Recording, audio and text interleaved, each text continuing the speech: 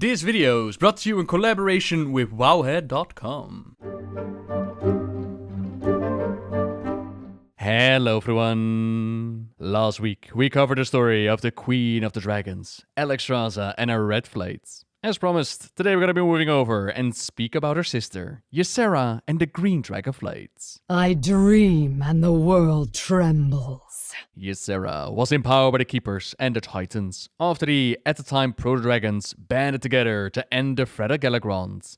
Her blessing, like that of Alexstrasza, it came from Eonar the Lifebinder. You are bound to the waking dream of creation. Nature is your realm, and all things have caught glimpses of the Emerald Dream when they sleep.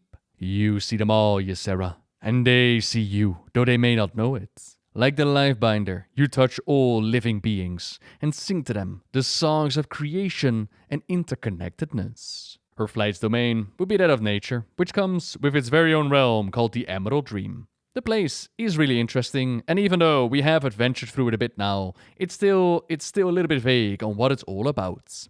Even its origin, even its creation is still uncertain. Some believe that it was Keeper Freya who wove the Emerald Dream into being from nothing. Others claim that this strange place had always existed in some form, perhaps a dream born from Azeroth's slumbering world soul.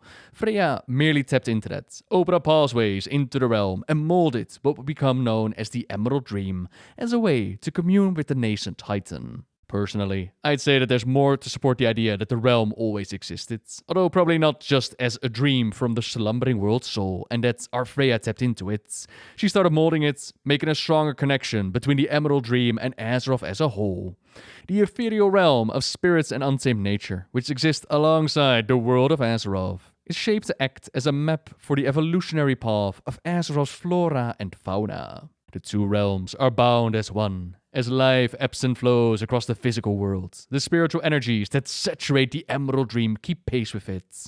It's been described as the blueprint for Azeroth, the way that the world would look like if it was completely free to grow without other influences. Although tied to the physical world, the Emerald Dream is a place that most mortal minds would find alien and surreal. But some of those minds, by channeling druidic magic, they can enter a state of dreaming and consciously navigate the Emerald Dream.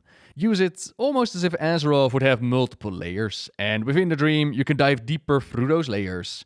A neat little trick that was once used by Malfurion Stormrage to disable magics and fight against his foes. Their thoughts can also shape and influence portions of this verdant spirit realm. But the imprint that their dreamers leave behind is never permanent. Within the dreamways, time and distance are mutable. A day on the physical world, it could feel like decades in the dream. Some places that we know for the dream, that would be the Rift of Aln, a small corner of the Emerald Dream, but a vast, deep fissure, which is believed to be where the magical realm itself originated. Legends say that then Freya's shaping of the realm began with Gahanir, the Mother Tree. There's also Darolnir, another great tree where the druids of the pack were left behind to slumber, only to be summoned back onto Azeroth and start spreading the Worgen curse. Then we got the Eye of Ysera, basically the Green Dragon's main base of operations. Now seeing how she was bound to this ethereal realm, Ysera descended into an endless trance and became known thereafter as the Dreamer. With the Shadowlands, we learn a bit more about the inner workings of the Emerald Dream, which is why I would say that there's more to the idea of the realm always existing and Freya just tapping into it. Not only is the Emerald Dream connected to Azeroth, it's also connected to Ardenweald, a domain within the Shadowlands where there's this whole big cycle of life and death and rebirth. Where Ardenweald would be described as autumn and winter in a life cycle, the dream represents the spring and summer. So say that a being dies and is sent off to Ardenweald, they will spend their time slumbering and recovering, being infused with anima. Once the time is right, and once they so desire, they could return. A prime example of this is what happened with the demigod Cenarius, a wild god that we know on Azeroth, and wild gods, they have their connection to the dream once again thanks to Freya. Now you might remember how Cenarius was slain in Warcraft 3. His spirit then zipped out to Ardenweald where he recovered. He then returned to the dream, to be summoned onto Azeroth again with the Cataclysm. The domain of Ardenweald that is run by the Winter Queen, and her sister is the goddess Elune. It's uncertain if they mean sisters in blood, or sisters by the same method of creation, or merely sisters in spirits forever connected in a sacred cycle. Regardless, her sister is Elune, the goddess of not just the Night Elves, but more races within the Warcraft universe, which makes you wonder that if Elune is the representation of life, is connected through the Emerald Dream and worshipped by more races than just the one on Azeroth. Could it also mean that the Emerald Dream is connected to more worlds than just Azeroth itself? Who knows? But what is kinda cool is that this connection between the Emerald Dream, Elune, and Ysera, it's not entirely out of the blue. There's always been a connection between them through their family situation. Once upon a time, legends say that Elune, in whatever form you can imagine, they had a child with Malorn. That child is Cenarius, whose mother is now Elune, as you know. Well, the stepmother, that would be Ysera. Which is why she was so devastated when, during the War of the Ancients, Malorn had entered battle to protect his son, fought one-on-one with Archimonde. But a terrible crack echoed across the battlefield as the overlord of the Legion's forces snapped Malorn's neck. Vines then started to creep around Archimonde. Malfurion Stormrage, not wanting to fail his Shando, not wanting to fail his teacher. He unleashed a small portion of his terrible potential, but Archimonde merely brought his hands together and vanished in a blaze of green flame. Still though, forcing Archimonde to retreat from the battlefield, it was no small feat. Stormrage, who proved to be an exceptionally gifted druid, learned to walk the dream under the guidance of his teacher Cenarius. This skill had already allowed him to infiltrate Azshara's palace, find out what the queen and her advisor Xavius were up to. At the time, unbeknownst to the rest of the kind, they had made contact with Sargeras and the Legion, and they wanted for the Dark Titan to visit the world. Malfurion did his best to close the portals and stop this war from ever happening. Taking on Xavius, used the powers of nature to destroy him. But being so close to the gateway, it meant that the advisor's spirit, it was taken by Sargeras, who stripped away the parts until only that which is one pleased him remained. Transformed into the first of the satyrs, Xavius was sent back with a score to settle. While transforming more of the kind into satyrs, while progressing the invasion of the Legion, he also set his eyes on hurting Malfurion. Removed the druid from play by kidnapping his beloved Tyrande Whisperwind. Bad move on Xavius' part, as Malfurion did not just kill him for kidnapping Tyrande, he turned him into a tree. Trapped and fully aware of everything that was happening around him, even feeling the pain of the world itself. Tyrande would later be saved. The world of Azeroth would unite with the dragons to stop the Legion's invasion. With the power to grant their foes nightmares, the Greens were extremely powerful on the battlefield. And in the end, they managed to claim victory, but at a great price. The world of Azeroth sundered apart, and Xavius the Tree would sink down below, come in contact with some very old friends. Deal. I like deal. Who are you? Malfurion's twin brother Illidan provided them all with a new Well of Eternity. An action that they couldn't appreciate, considering the war and devastation that they just experienced over the original well. Nordrassil's boughs soon towered over the lake, scraping the belly of the heavens. Its roots grew deep into the earth, spreading life-giving energies across this war-torn world. Thereafter, the great tree would act as a seal over the new Well of Eternity, preventing the Legion or anyone else from abusing its powers. The Night Elves vowed to keep it safe and protect the Well of Eternity at any cost. Mortals and dragons working side by side for ages to come. There were even epic dragon riders, blessed by Ysera herself to ride their brood into battle. That is, until Deathwing caught wind of this, had his lieutenant Razormaw to murder them all. Now, to honor the elves' decision to stand with them, the remaining dragon aspects, they agreed to bless the World Tree and the Night Elves so that they could perform their guardianship successfully. Ysera's blessing, it offered them easier access into the dream, as from this point on, more of Malfurion's kind would follow him on that road of druidship, guiding and helping the restoration and growth of the world. An important task, but that did mean long periods of time slumbering and walking the dream, which left the other elves to take care of the physical world. A world that houses the threat of the old gods, locked away ages ago by the Titans. These newly trained druids, Fendrel Stackhelm to be more precise, they would also be responsible for giving them entry into the dream, become the main threat that Ysera and her kind had to deal with, the so-called Emerald Nightmare. Up in the cold land of Northrend, there we find Ulduar and the prison of Yogg-Saron. The world sundering after the War of the Ancients, it had weakened the Old Gods' prison, and its corruption was popping up across Northrend's surface in the form of Serenites, sapping the life of the native flora and fauna. Fendrel and a few druids, they figured that since Nordrassil had helped heal the lands around Mount Hyjal, the same could be done to fix this corruption in Northrend. Now, some of his colleagues advised him to seek the guidance of the aspects first. After all, it was their blessing that they let Nordrassil do its thing, but Stackhelm wouldn't wait. Rather than waste time in endless debates, he took 6 enchanted branches from the boughs of Nordrassil and went to work. The branches quickly took roots and became new trees. Together, they acted like conduits, channeling the powers of the Emerald Dream into the waking worlds, which strengthened the nearby wildlife, scoured these Serenite deposits. Things were actually looking great. They planted their last and greatest branch in the mountains of Northrend, over the largest grove of Serenites. This new world tree they named Andrasil, and it grew with astonishing speeds. The benefits were almost immediate. The spread of the Serenites ceased, and wildlife flourished anew. Malfurion and their Cenarian circle, they were pissed at Fendrel, but the plan seemingly had worked. For several decades, Andrasil grew bigger and bigger, towering over Northrend, its roots going ever deeper, until they reached Yogg-Saron's subterranean prison. The old god infused the tree with its foul energies, and so all living creatures in the area were slowly being driven to madness. Once they found out, the druids knew that there was no saving the tree anymore. All they could do was destroy it, but the damage was already done. Unbeknownst to all of them, the smallest seeds of corruption, they'd taken roots within the Emerald Dream. Yogg-Saron had used the trees planted by Fendrel as a gateway, through which the other old gods could also grasp the ethereal domain.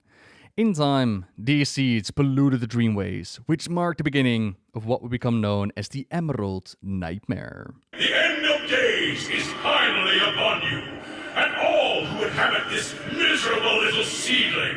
Over the years, the influence of the Nightmare would grow. What started with Yogg-Saron was then picked up by N'Zoth, who had made himself a new friend, Xavius the Tree.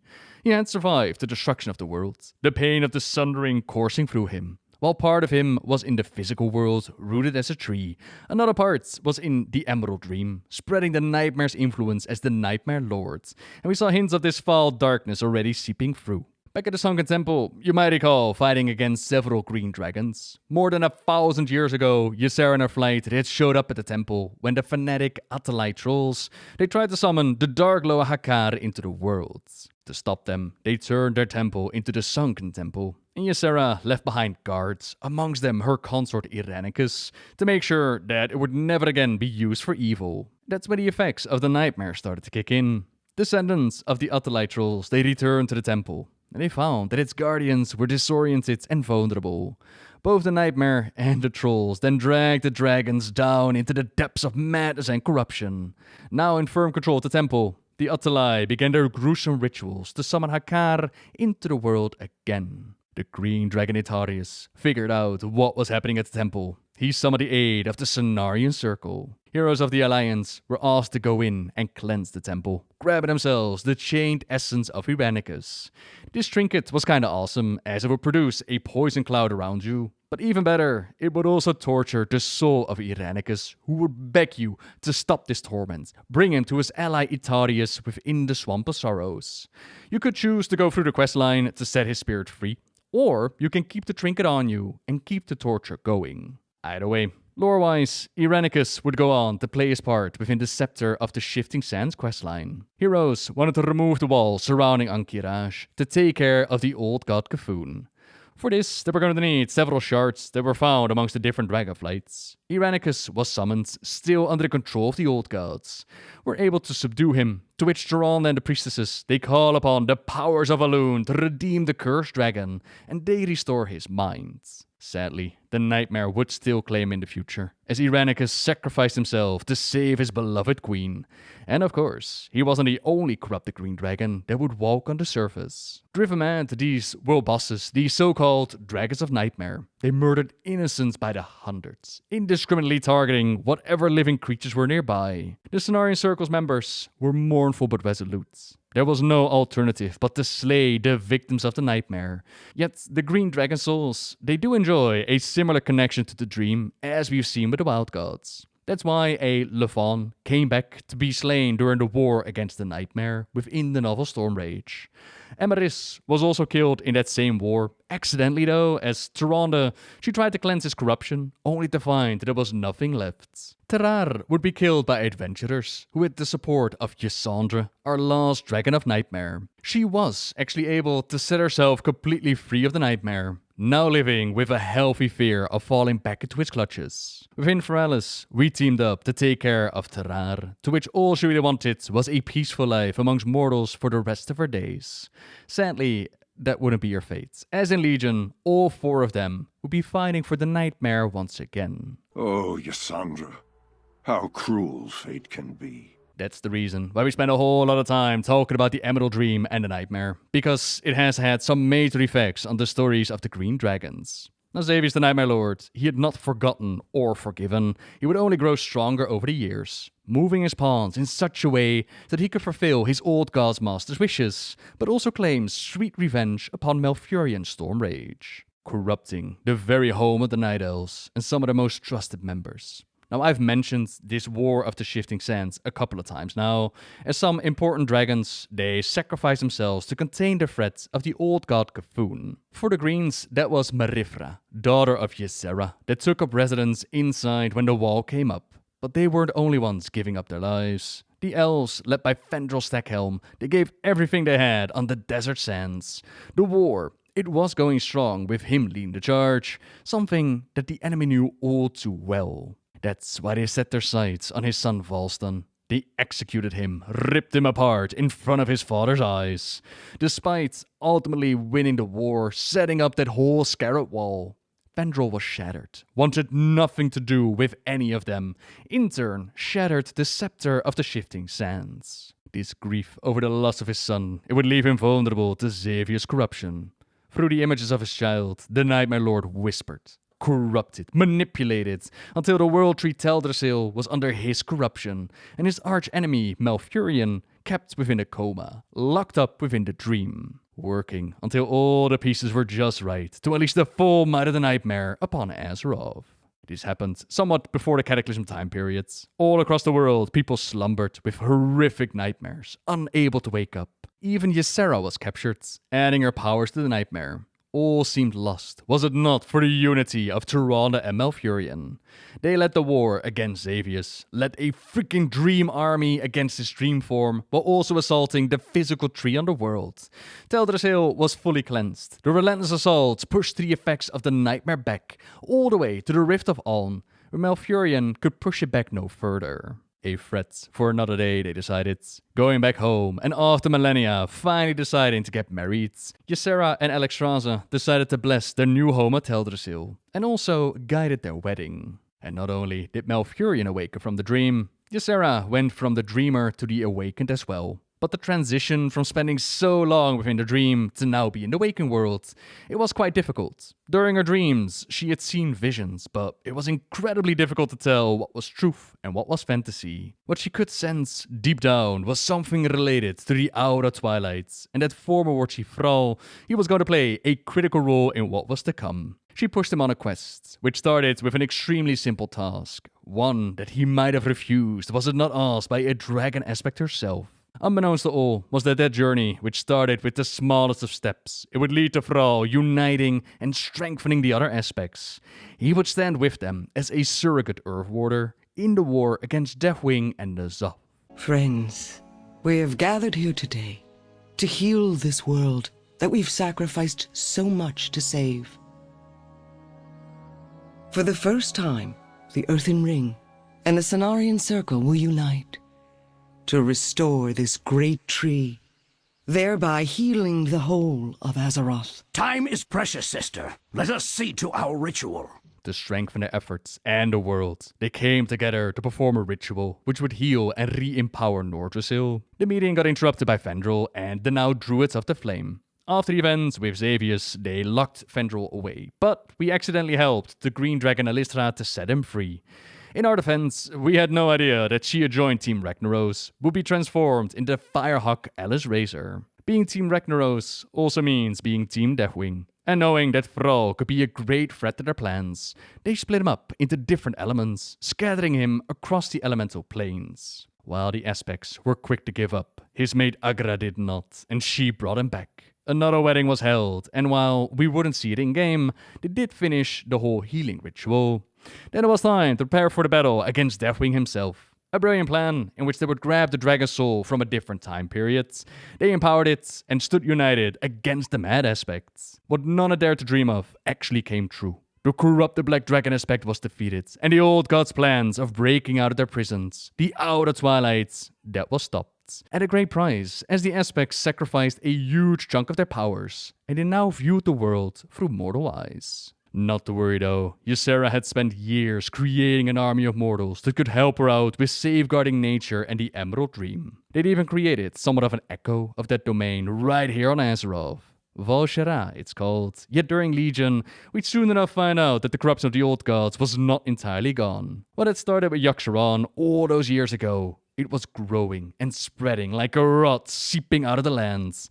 They had known that the nightmare was only pushed back, and now it had come back with a vengeance. Heroes ventured through the zone, slowly but surely uncovering the corruption. Even the demigod Cenarius is claimed by it, something that pushes Malfurion over the edge. Seeing his mentor suffer and fall, it has him rush off right into the trap of Xavius. We join Ysera in trying to save him, exactly as Xavius had planned. The corrupted Tyr Valoon is shot right into her dragon heart. Unable to control herself, she lashes out against the world that she had spent her whole life trying to defend. We had no other choice but to end her suffering, end the mortal aspect, send her off into the Shadowlands. Do what you must, dear friend. It is the only way. Back on Azeroth, we still had the Nightmare Lord to deal with. Into the corrupted tree Shaladrasil we went, slaying its guardian Nyfendra, the corruption of Il'gynoth, all the poor victims who'd been claimed by the Nightmare and now unwillingly had to fight against us. This is where we see Ysandra and those Dragons of Nightmare again. All were slain just to get to the source of it all, Xavius at the Rift of Aln. The dream of Ysera fills our hearts and minds, giving us the chance to face the ultimate corruption. When all is said and done, the Nightmare Lord is finally slain, and the effects of the nightmare, they seem to have been fully dealt with. Except for one small little thing, Ysera guides us to it, in a cave where we find the remnant of the Void. Almost completely gone, as if it never existed. But the rift is deep and vast, and somewhere down there it stirs. Something has changed. The last prison weakens. We must prepare. Prepare to face off against the old god N'Zoth, liberated from its prison during Battle for Azeroth. With Ysera gone, the Green Dragonflight is not only greatly depowered, they're now also missing a leader, and it's her daughter Marifra of the Dream that tries to step up to the plate. But filling her mom's shoes, it doesn't come easy. Not to mention that despite not directly having to deal with the nightmare, that doesn't mean that the Void in general is gone. We see that while empowering our Heart of Azeroth, as we assist Marifra and the Greens with keeping their dreamways clean. Some familiar names show up here, like Lord Irfarius, but also Valifria Dreamwalker, a green dragon that almost randomly showed up as an encounter during the Icecrown Citadel raid. Instead of fighting her as a boss, her encounter was more about holding off waves of ants while restoring her strength. She is the one that provided us with a pulsing life crystal, which in turn gave us a chance to recover as much of Sindragosa as we could, when we brought our spirit back to Kalecgos within Dragonblight. Dragon lore, I'm telling you, it's all connected. But now after helping them regain control here, she calls upon the others to help her with empowering their dragon skill. No longer will the Greens hide in the dreams. Their feet are firmly on the ground. As their might, it gave us the chance to end N'Zoth, cleanse the world of Azeroth from its old god's infection. Though we have suffered great losses, the Green Dragonflight remains steadfast in our duty to Azeroth. May this gift honor the memories of those who came before us. And that's pretty much where the Green Dragonflight is at right now, with Marifra in charge and Ysera in the Shadowlands. We too would journey into the afterlife, chasing down Sylvanus and defeated the jailer. Our journey took us to the other side, to Ardenweald, where we introduced ourselves to the Winter Queen and took care of a very special seed, the one that contains Ysera's spirits.